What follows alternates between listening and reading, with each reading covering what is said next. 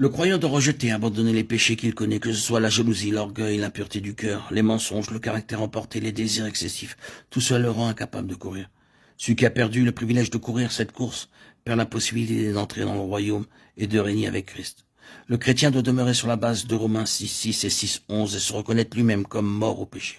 Il doit abandonner les péchés, il ne doit pas permettre au péché de le dominer. Il doit aussi offrir ses membres à Dieu comme des instruments de justice. Tout ce qui offense le Seigneur doit être honnêtement confessé. Nous devons nous repentir et le rejeter pour obtenir le pardon de Dieu. Personne ne peut courir la course qui est devant lui avec une mauvaise conscience. Nous ne devons laisser aucun péché qui ne soit confessé au risque d'avoir une mauvaise conscience. Si nous avons péché envers qui que ce soit, nous devons le reconnaître et le confesser avec une foi sincère. Si nous avons dérobé quelque chose à quelqu'un, nous devons le restituer. Il ne doit y avoir aucune faute à l'égard de quiconque qui ne soit réglée. N'ayez pas peur d'essuyer une perte, ni de perdre la face. S'il en était autrement, vous ne pourriez pas courir la course. Nous devons particulièrement faire attention à l'égard de certains péchés qui, de prime abord, ne paraissent pas être aussi affreux que nous pourrions le penser. Ce sont les péchés pour lesquels nous sommes si facilement tentés. Il est dit au sujet de Moïse ceci: il préféra être maltraité avec le peuple de Dieu que d'avoir pour un temps la jouissance du péché. Hébreux 11:25. Ceci montre clairement que le péché procure du plaisir. Il y a de nombreux péchés qui procurent du plaisir aux gens. La nature humaine se complaît dans le péché, parce que le péché produit ses délices. Mais celui qui a vraiment la foi souffrira plutôt la persécution et les reproches que de jouir des délices du péché. Nous devons résister au péché, autrement nous nous jugeons nous-mêmes impropres pour le royaume. Il nous faut maintenant voir la question de rejeter tout fardeau. Qu'est-ce qu'un fardeau?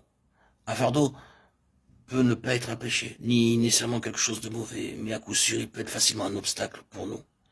Si nous ne rejetons pas le péché, nous serons disqualifiés dans cette course. Cependant, si nous ne mettons pas de côté chaque fardeau, bien que cela ne nous prive pas de courir, cela nous empêchera de courir rapidement. Avez-vous déjà vu quelqu'un courir dans une course avec son manteau de fourrure? Tout ce qui nous empêche de bien courir ou retarde notre progression doit être considéré comme un fardeau. Au XIXe siècle vivait un homme qui fut grandement utilisé par le Seigneur. Il passa beaucoup de temps à compiler un dictionnaire en hébreu. Étant sur le point d'achever son ouvrage, il le fit parvenir à un de ses amis pour une correction. Tous deux louèrent beaucoup cet ouvrage. Il reconnaissait que, dès sa publication, il deviendrait très vite un grand classique.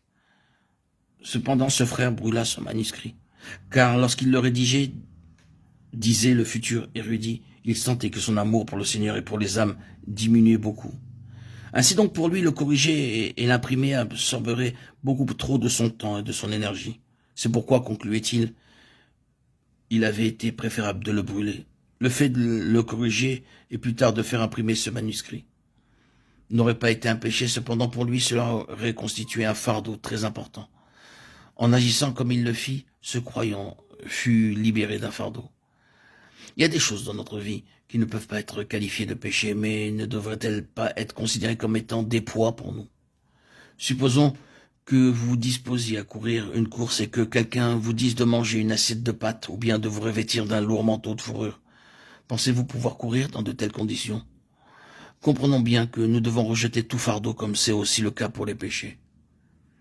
Nous ne pouvons pas bien courir avec des fardeaux inutiles.